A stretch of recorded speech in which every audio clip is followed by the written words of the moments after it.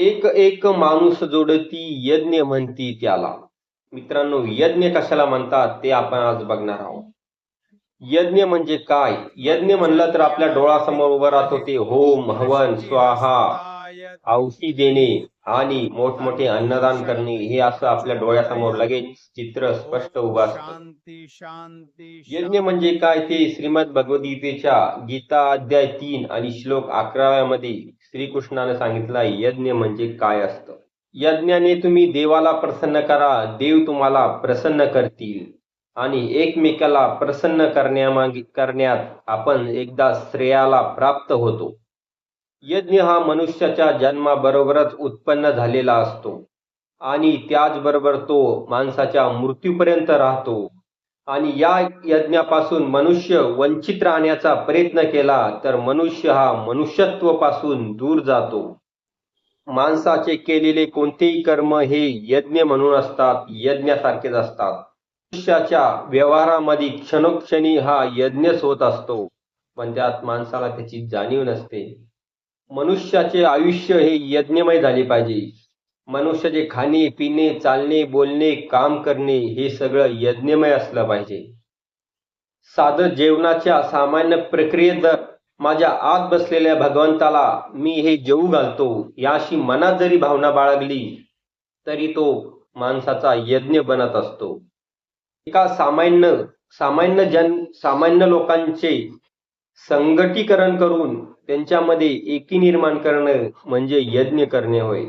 सामान्य जनतेचे संगतीकरण करणं आणि संघटन उभे करणं आणि दान करणं याला यज्ञ म्हणतात.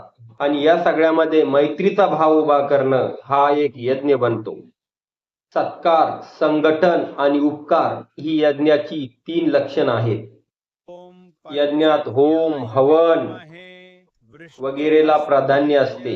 आपले कितीतरी व्यवहार हे जमिनीच्या साक्षीने केलेले असतात आणि होम हवन करणं हे अग्निपूजेचे एक प्रतीक आहे. वृक्ष अग्नी स्वतः जळून दुसऱ्याला उष्मा आणि ऊब देते. स्वतःच्या सर्व शक्ती पणाला लावून माणसाला एक ऑक्सिजन आणि दान करण्याचं काम करतो. म्हणजे वृक्ष हा एक यज्ञ असतो, त्याच्याकडूनही यज्ञाचं कार्य घडत असतं. वृक्ष हा जगाला सावली देईल, फळ देईल, पण अन्नदानाचं काम मी स्वतः करेन, दुसऱ्याकडे मागणार नाही. मी दुसऱ्याला दान करील, पण माझं स्वतःचं अन्न मी स्वतः जमिनीतून घेईल. हे माणसानं झाडाकडून शिकायला पाहिजे. हाही एक यज्ञच आहे. अग्नी तेजस्वी आहे तरी पण ती नम्र आहे. आपले अन्न शिजवून देणारी अग्नी ही नम्र आहे. त्याचबरोबर हे विसरता कामा नये. अग्नीशी उगीच खेळ केला तर ती तेवढी दाहक आणि उग्रही आहे. माणूसही हा अग्नीसारखा तेजस्वी व्हायला पाहिजे. हे सर्व विश्वाची सेवा केलीच पाहिजे. पण विश्व हे विश्वंभराचे आहे. त्याचबरोबर त्याला कोणी खिशात टाकण्याचा प्रयत्न केला तो अग्नीसारखा तेजस्वी असला पाहिजे, दुसऱ्याला जाळून खाक केलं पाहिजे. त्याच्यावर कोणाही राज्य केलं नाही पाहिजे असा माणूस पाहिजे.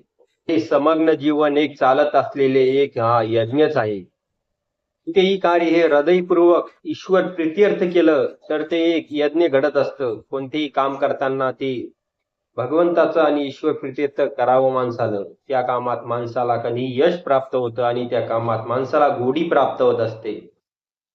यज्ञ हा सामाजिक स्वरूपात करायचा असतो, त्यामुळे त्यात कोणाचा अहंकार प्राप्त झाला नाही पाहिजे, त्याला यज्ञ म्हणतात.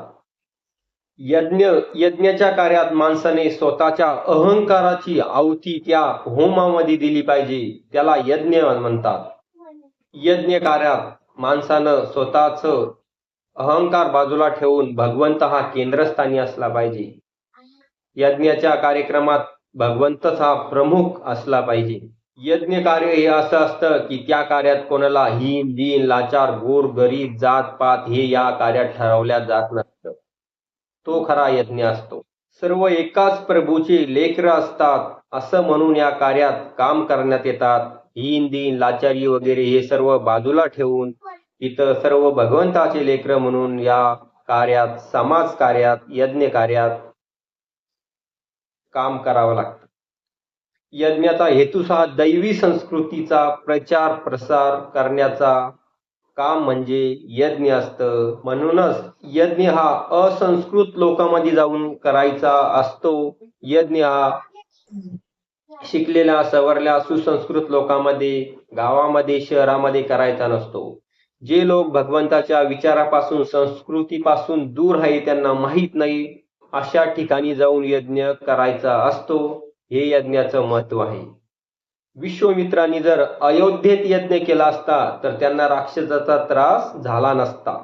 म्हणून यज्ञ हा मोठमोठ्या शहरात करायचा नसतो. मोठमोठे शामियाने मंडप उभारून यज्ञ करायचा नसतो. हे विश्वामित्रांनी आपल्याला दाखवून दिलेलं आहे.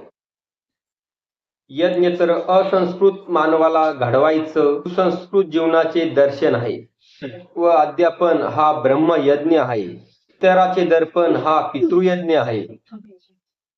होम करणे हा देवयज्ञ आहे.